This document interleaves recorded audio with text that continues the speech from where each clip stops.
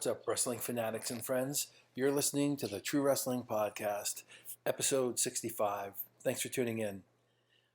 I just had a conversation with Rider coach John Hangey. Rider had their first NCAA finalist in school history at the championships. Thanks for tuning in.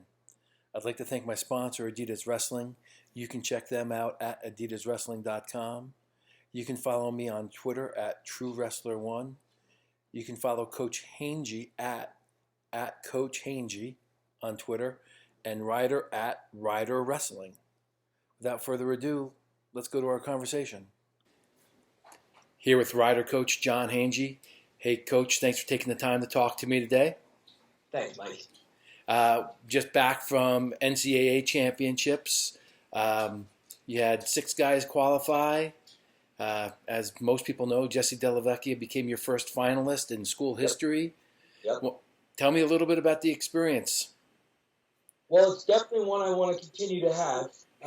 It was extremely exciting. It was fun. It was everything we expected for Jesse, other than winning the last match. He was always geared towards that accomplishment. He was always capable of that, and we knew that if he wrestled to his potential at that tournament, that's realistically what could happen. And other than him winning that last match, it went according to plan. But you got to go back to 2 weeks before the conference, 4 weeks before the conference tournament. He hurt his ankle. Yeah. And we sat him. We just sat him. We missed the last. We wrestled Lehigh and Drexel without him and won both those duels. And it was really, really important that we did whatever we could to get Jesse ready for the national tournament. And Ethan. It was a Jesse and Ethan package year. Yeah. Okay? Whatever we did what was best for them, and everybody else kind of fell in line because it was also good for them, at the end. So we literally didn't wrestle Jesse the last 2 duels, and there was a 2-week break for a conference. So he missed 4 weeks, and he went into the conference and just kind of walked through it. But his timing got back a little bit there. Then he had another 3-week break, so you got to figure he had in 7 weeks, he had 3 matches. So it was really challenging to keep him, not get frustrated, keep his weight down, keep his training level up.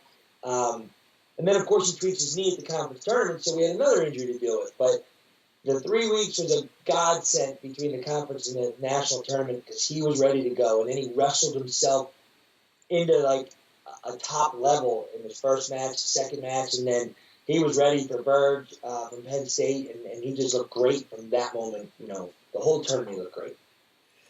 So tell me a little bit. So there was a lot of differences this year, right? From the few amount of matches to conferences were a little differently timed. Did you and then you're talking about gearing things for Ethan and Jesse. Tell me a little bit about some of the things you had to end up changing just to have them ready for nationals. Well, you had to preach to them constantly to stay in their testing bubble because if they didn't, we could get shut down at any moment. And that was probably the hardest thing because we're social beings. Wrestlers want to grab each other and mess around with each other and be in tight quarters, all that stuff. So we shrunk our roster. We did everything. It cost the school a ton of money as far as testing and all that stuff, but. Really what we did is we took the theory and the philosophy of less is more because you had to. You weren't going to have as many duels, you weren't going to have as many tournaments, you weren't going to have as many matches or opportunities. So the opportunities you did get, you had to make count. And we really just kind of pulled back, stepped back, and then analyzed our training with the idea that less is more because if you overtrained, you were going to hurt your kid and then you didn't have time to recover. So it was, you couldn't go gangbusters like we normally do and just be psychotic with them all the time. You had to be really systematically approached and reasonably approached to get them ready because one injury could set them back, one test could set the whole team back. So it was less is more really worked for us, and it really helped us gear our training and gear our planning towards all of that, and ended up making us, we look like geniuses because it worked out really well for everybody. It's not often that Nick and I get accused of being geniuses. That is funny, Coach. Tell me, so you have some adjustments going on there. Tell me about where the team was after the MAC championships.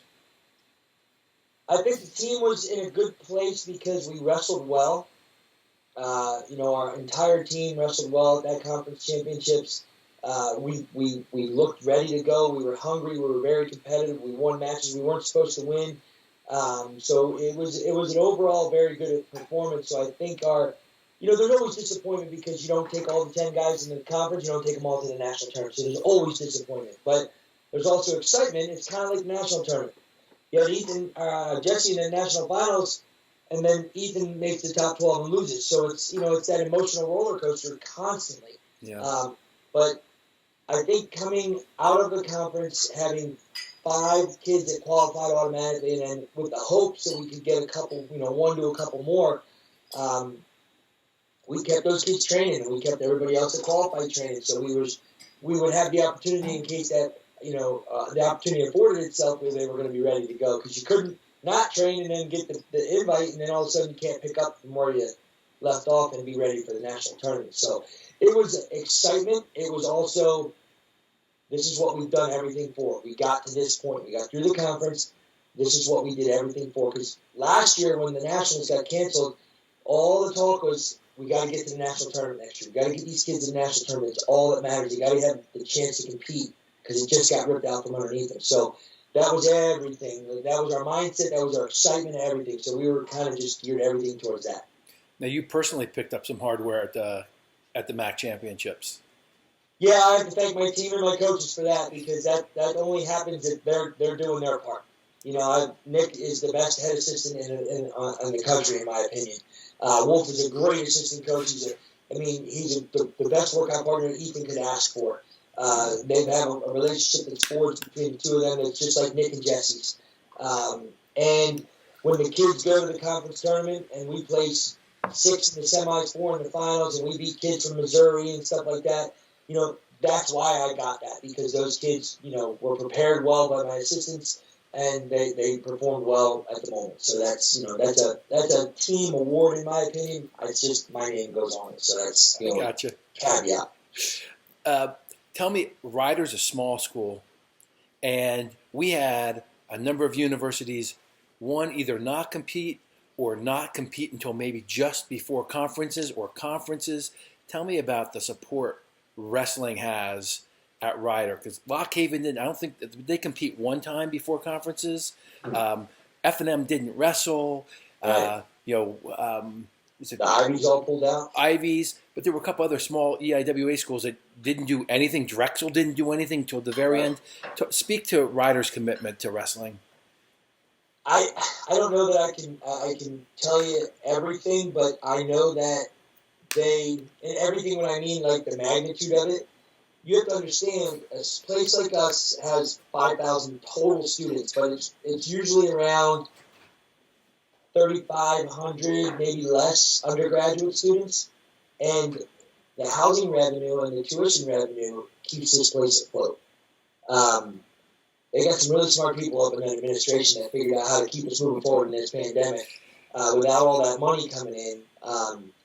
But they also figured out how to allow sports teams, particularly in the winter, men's and women's basketball programs and our program, to continue to compete. Now, we made some concessions to try to make it easier on them. We didn't start normally our first day of practice is allowed to be October 10th. We didn't start our practice officially till the Monday after Thanksgiving. Again, we took the less is more approach.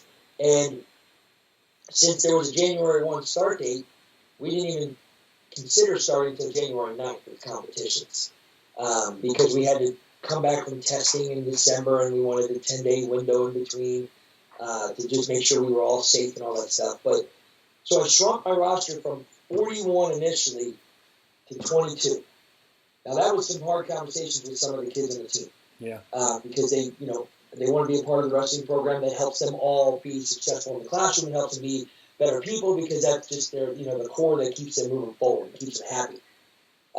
They understood why we did what we did, but those 22 kids were the only people that were allowed to get tested. So we saved instead of testing 41 people at $115 a pop, we only did 22.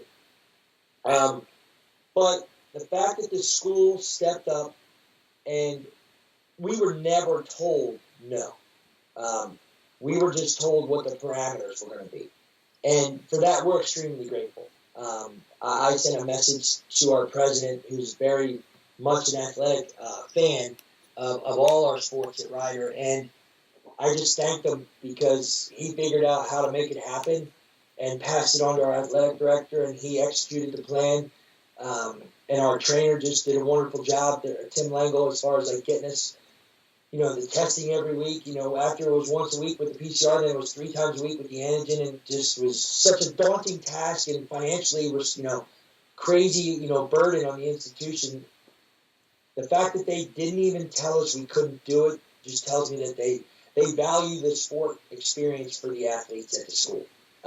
Now, we shrunk our season, we shrunk our roster, but we all worked together to make it happen. How many times were you and the team tested this year? Oh my gosh. Let's put it this way. I was tested 7 times in 9 days just at the NCAAs. Holy cow. So we got tested Friday PCR before we left. We had to be there Monday, and then we had to test. Couldn't work out till Tuesday. Had to test Monday, Tuesday, Wednesday, Thursday, Friday, Saturday. Every day.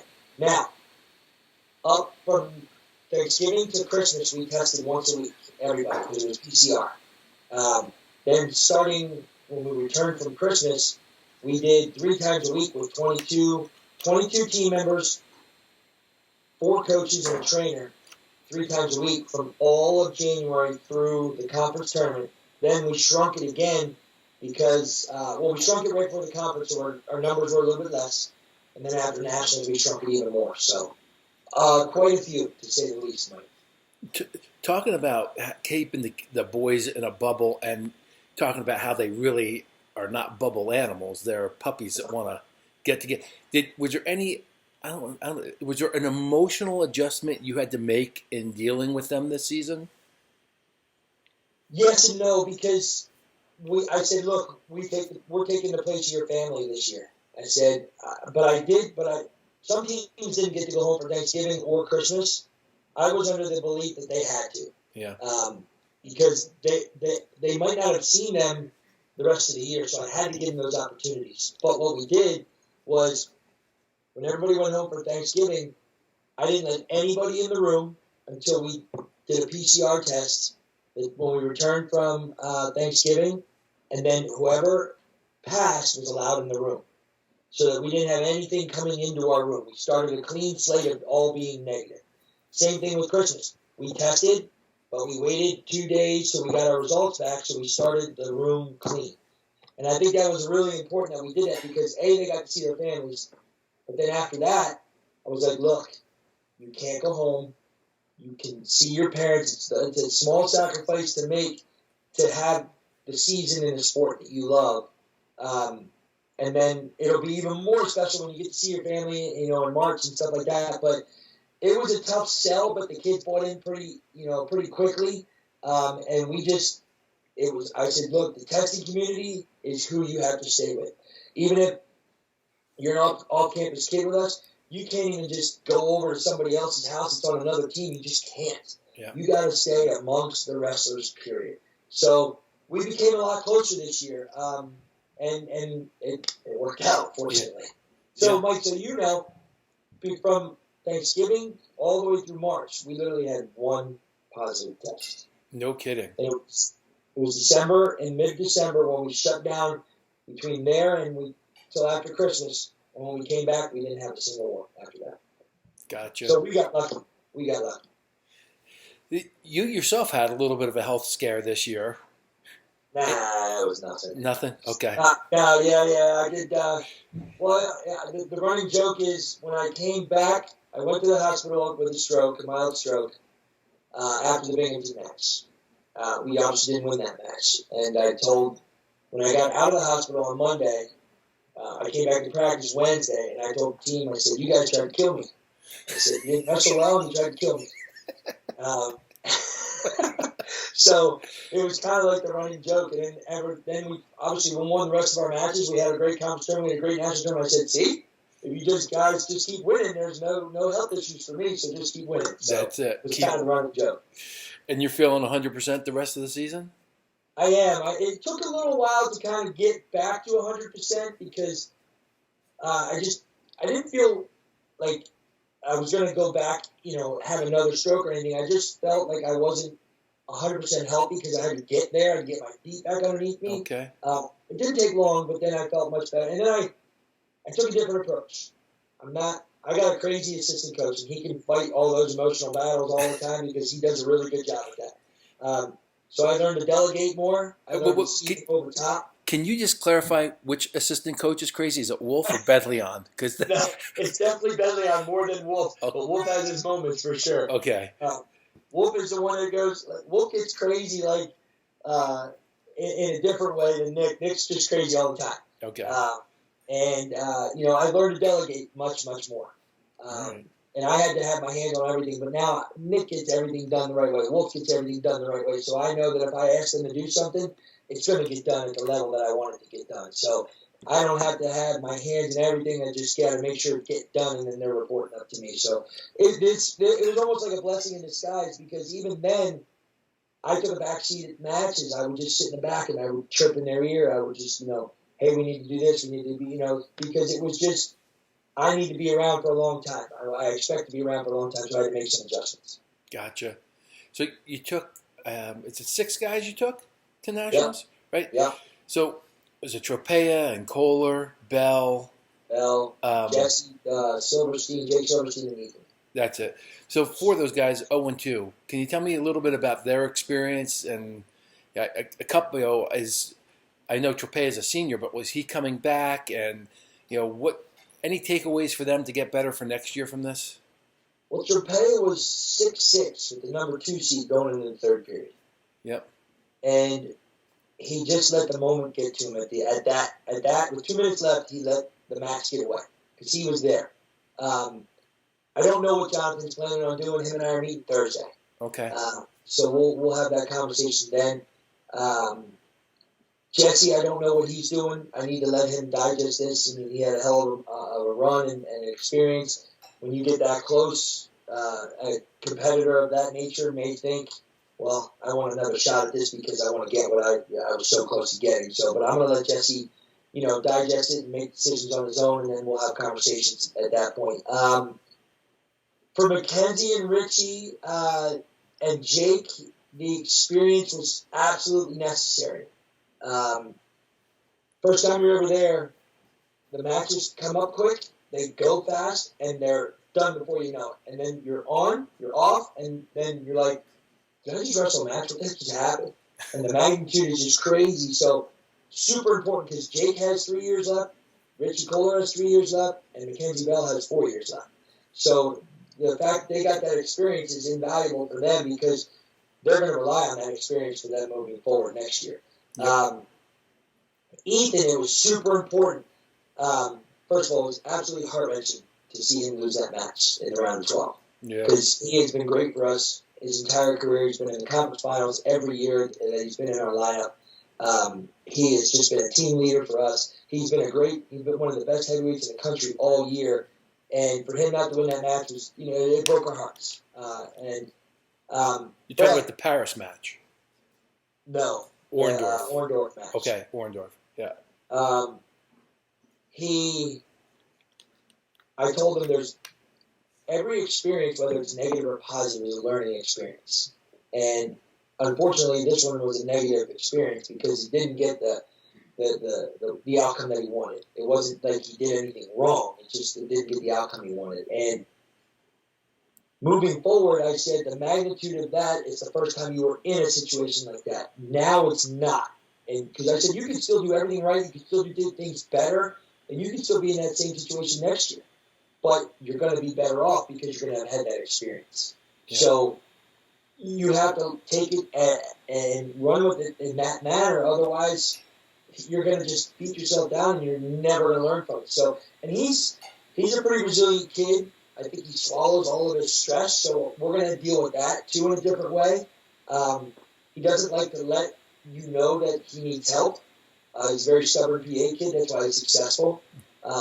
But he's going to get more open with us so that he can, hey, Coach, I need help with this. Hey, Coach, I need help. He's not one of those kids that ever does that. We have to pull it out on him. So we're gonna try to work on that with Ethan. But every one of them gained valuable experience. Even Jesse. Jesse may come back and try to go for a national title. Who knows? But it's important to get kids there. Absolutely. So let's just talk a little bit about Jesse's run here. The first two matches, I won't say they're close, but I mean they were regular decisions. Berge has an injury default, and you're against the 1 seed. Like, in your mind, how do you see this match playing out? And was it anything like what happened? It was nothing like I thought would happen. We strategize in the back, and we have all these, we throw out all the scenarios of what could happen. So you're in a Deacon match, and we're talking to Jesse. Deacon's really good on top. Yep. We're like, Jesse, let's go through scenarios. 0-0, coin flip, you win it, we're deferring. He said, absolutely. 0-0, coin flip, he defers to us, where are we going? He's like, I'm going down. Said, okay. If it's 2-1 you, and he defers to you, what are we doing? You know what I mean? So we play every situation out so that when you get to that moment in the match, it's not like he's looking at us and we're going like this, and he's thinking you should be going like this to go down, and then there's a moment of second guessing, and you can't have that in the middle of a match because you need to be absolutely confident in everything you do.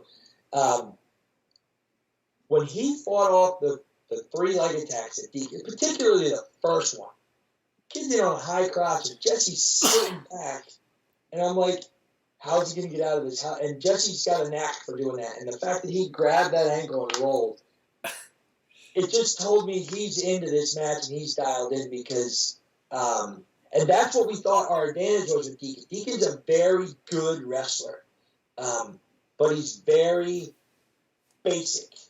He's got great hand fighting. He's got great front headlock scores. He's got great high crotch leg attack scores. But Jesse's got the great equalizer in funk. And if you're not used to that, a kid like Deacon might not be comfortable upside down. Yeah. Obviously. Or with his ankles getting rolled under, you know what I mean? He's okay with a stalemate where Jesse's always looking to score that like he did with Berg in the quarters. You know what I mean? Yeah. It's just a different approach. It's not one's better than the other. It's just a different approach. So we had no idea how it was going to play out. We knew that they were worried about our feet, just in the sense that we could funk, and we did a lot of fake shots, and we did a lot of low shots and stuff like that. Because look at the size of the kid's hips. Deacon's gigantic. Yeah. You can't attack him at the hips. Yeah. You're asking to get taken down. You got to be at his ankles at anything. But when he took down, we never ever ever doubt Jesse. Ever. When he's on top and he thinks he can ride and turn anybody, he's right. And sure enough, 18 seconds into the second period, he proved everybody right on that one. Yeah, I mean, it's scoreless. It looked like Deacon, 1, didn't know Jesse's tight waist suck back half Nelson is like bread and butter, and 2, it didn't quite look like he'd ever experienced anything like that. So, he looked lost on his... this.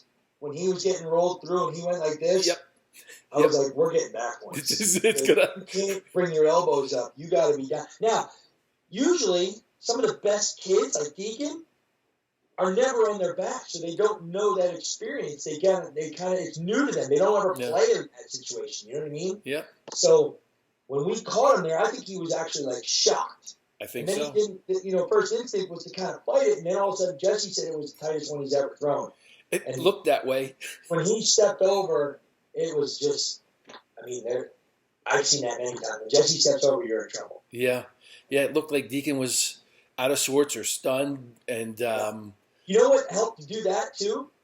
If you go back and watch the film, Mike, the last leg attack that Deacon took in the first period, Jesse sprawls, and Deacon goes, bam, like this. Yeah. Square on the mat and stretched got out. slammed, not slam, but like sprawled on slam. And it was like, ugh. and you could see he got shook just a little bit. Interesting. And then he takes down right after that. But you could see Jesse was fighting everything, and you got to look at facial expressions, and we felt like we were getting to the kid a little bit. Yep. And then when Jesse gets into his wheelhouse on top, it's just trouble for anybody.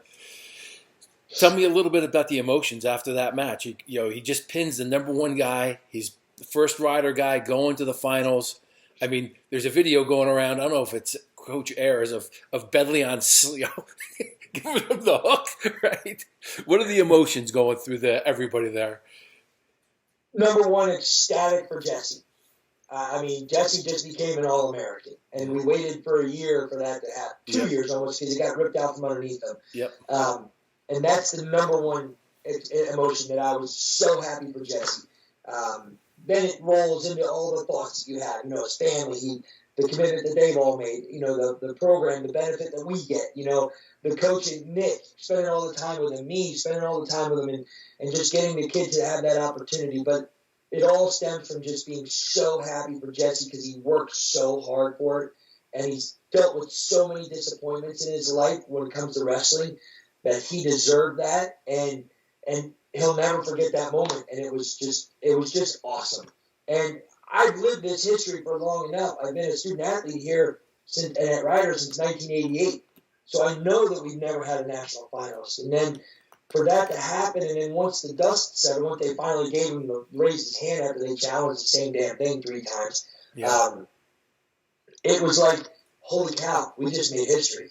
We just had our first national finalist, and we blew up. So, that was the secondary emotion, but just absolutely ecstatic for Jesse and his efforts. And they were challenging that Jesse left his feet on the... Left both feet, left both feet. Both feet. But if you watch the video, his right foot's on the ground all day. All day, yeah. All day. It's behind the back. It's behind Deacon's right leg, right heel, and his left foot goes in the back of Deacon's left knee. And otherwise, Deacon don't fall back. Yeah. If you jump on both, he'll fall back. But if you he may even lean forward if you jump on both. But by pushing off of that right foot behind Deacon's foot, that's what gets him to fall back. Yeah. And as soon as you fall back, there's a giant pocket that's just waiting for you there. So, that was what they were challenging.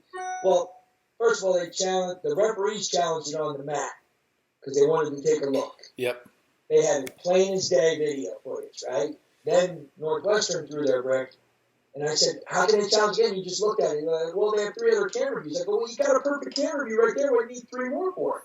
And then they came back and they did it again. Then Northwestern tried to argue it again. I go, we can't challenge the same thing 3 times. I said, raise the kid's hand and let's move on. And then sure enough. And sure enough. So talk about the David Carr match in the finals. Frustrating for Jesse because it didn't go the way he wanted it to. He wrestled well. He did not wrestle poorly at all. David Carr is very good. David Carr is very hard to score on. He beat Hidley in the semis. That's not an easy task in itself. Yep. But we were in on a leg attack towards the end of the first period that we had to rush because there was short time left. Yep. So Jesse came north to try to finish a little bit too quick and lost the shoulder pressure and the leg. And then we got the flip again, and we deferred, and then Carr took down, and we were doing well, and then all of a sudden he did a little hip switch on us, and it threw us off, and Jesse lost control. And then that takedown that Carr got, Jesse should have continued sprawling in that moment. Yeah. And I think tried to dive to Funk just a little too soon. Jesse has very heavy hips because he's long. Yeah. And if he would have committed to the sprawl just a little bit more, I think it would have trended a little bit different. Because then we don't have to deal with bottom in the second period. And then you have to go down in the third when you're down 3-0. You got to try to get out and take them down and then ride, to take it to overtime. But we just needed to commit just a little bit more to that sprawl instead of trying to dive to that Funk. So, like I said, Jesse wrestled well. Carr's tough. He's good. He's a national champ, obviously, from very good pedigree in addition. So it was, it was a good performance by Jesse. So I'm not a huge wrestling media consumer, but I did hear, like, when people are talking about, projections and nationals, Della Vecchia wasn't getting much consideration. Do you guys listen to that, and does that fuel you at all? No, we don't. Okay. We just kept talking to Jesse. Jesse, you're going to be a national champ. Jesse, you're going to be a national champ. You tell him, and then he starts to believe it. And we just said it like it was just everyday talk, and we really started to make him believe. And they didn't even give Carr a chance. They just said it was going to be Deacon and Headlight the whole freaking year. So it was like, well, that's why they wrestle in the national tournament, because anything can happen. And when you get kids that are both Carr and Jesse were both undefeated. And they were the 3 and 4 seeds last year. So it's not like they're incapable of it. I mean, the one posted I forget what it said, but it was like the most unlikely finalist in Jesse Delvecchio. I'm like, he was undefeated. He was the 4 seed. He was 41 and 2 going into the national tournament over the last 2 years. Yeah. How is it the most unprobable national finalist? Who said that? I'll go after him.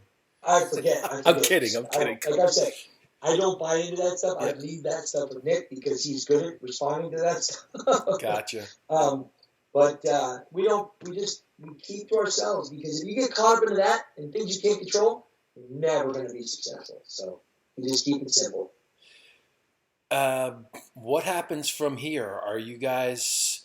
Is the Bronc Club going to be open? What's going on with kind of wrestling in the off season?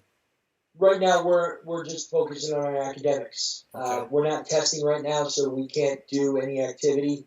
Can't lift right now. We can't wrestle in the room right now. And again, I don't want to charge the school any other additional money. Yeah. Because the spring sports and the fall sports at Ryder are getting their chance now. Yeah. They're actually competing at the same time. So the fall are competing in the spring, and the spring are also going at the same time. So it's like, look, the last thing they need is to deal with wrestling. So we're just going to focus on our academics right now and hope this pandemic gets, by the wayside, and we can pick up our summer activities in June and July. But our number one priority right now is getting our grades, finishing the semester strong. We're midway through right now, and doing that sort of stuff. Anything else you want to that I should have asked but I didn't? Well, I'd like to talk maybe a little bit more about Ethan. I think Ethan's got. Okay. Do we know if he's coming back? He's a senior. No. He hasn't redshirted. So whatever you have coming into this year, you got going into next year, and he's got 1 year left. Okay. So he can either redshirt or wrestle next year. He's leaning towards wrestling. He's going to graduate undergrad this year, and he's going to graduate school. So we've got, and I talked to Ethan too. Obviously disappointing loss for him and in the round of 12, but a valuable learning experience. And I told him we're going to put some plans together with certain checkpoints that we got to be at certain times throughout the year, starting now and building, whether it's freestyle, whether it's college, whatever. He's got to get bigger. He's got to get stronger. He's got to get better out of an over-under type of offense, because some of those kids slow him down in that stuff. So there's things that he did so well this year, but we need to get more a well-rounded kid, because he's one of the best heavyweights in the country, but he still has some flaws that he got exposed on in that national tournament. So we're going to make sure. It's kind of like dealing with Doug Umhauer coming out of his junior year. He lost to the 3 and 4 seeds at the national tournament, but placed top 12 or finished in the top 12. Told Doug he had to get 5 to 10% stronger, had to get better at X, Y, and Z. Had the same conversation with Ethan, and those are things that Ethan has bought into already. And we've had those. He's going to come in and meet with me this week, and we're going to put them on paper, and he's going to have input to it, so that it gets him on target right away, and we don't let this doom and gloom hang around our environment too long. Moved up to heavyweight this year. What was he weighing in at the end of the season? Between 230 and 235. Okay. Because my whole point with him was when we were in the fall, we were still committed to 97, and we were still unsure of how the waiver was going to work. Yep. And then I said, Ethan, let's try heavyweight. I mean, it's a year that doesn't count. Yeah. And why would you want to cut to 97 in a year that might get yanked out from underneath you again? Yeah. You're cutting all this weight for nothing. And the only thing that he didn't like was he didn't have a gauge to go off of. Like, he didn't get the chance to wrestle in some open tournaments in the beginning of the year at heavyweight. to get a gauge of what it was like. Yeah. So fortunately, U23s were there, and they were right 2 weeks before Thanksgiving. So I said, all right, here's the deal, bud. You're going to go out to the U23s. You're going to wrestle 125 kilos. When you come back, you have to quarantine in Edinburgh at home. And then after Thanksgiving, you can come back, test, we can hit the ground running, and based off of that tournament, we're going to decide whether it's 97 or it's heavier of the year. Yeah. Well, he goes out and beats 3 top 10 kids and spit at U23s. It gave him the confidence to say, I can be one of the best heavyweights in the country. So, that caught everybody's attention, the U23 performance. Absolutely. So that was the reason, that was the justification behind his decision. And then, he did wonderful for us this year. I mean, he beat Wood. He had to beat a returning All-American kid ranked 5th in the country for us to even win the dual meet, and he had that kid in front of him. So, I mean, he's rising to levels that he's, wasn't expecting to, obviously, in the beginning, but now he's becoming one of the best kids in the country year in and year out. So we're excited about his future. My vote doesn't really count, but I think that if you give him a Hangey haircut, that it might the high and tight. The high and tight, The mullet. I'm just saying, maybe changing the hair. Maybe the mullet's not giving him the strength. I don't know. I don't know. Gotta give the high and tight. I just do it because it's so white on the sides, Mike, and the lower it gets, the less white it gets. I understand what you're talking about myself. Anything else, Coach? No, I just want to, my administration, I can't thank them enough for everything they've done for us, my assistant coaches, trainers, student athletes, everybody around the program, alumni. It's been a wonderful year, and I'm just glad we had the opportunity to compete. Congratulations on, 1, getting the season done, 2, having success at NCAAs, and good luck going forward. I'll talk to you soon. Thanks, Mike. I really appreciate you having me on. Thanks.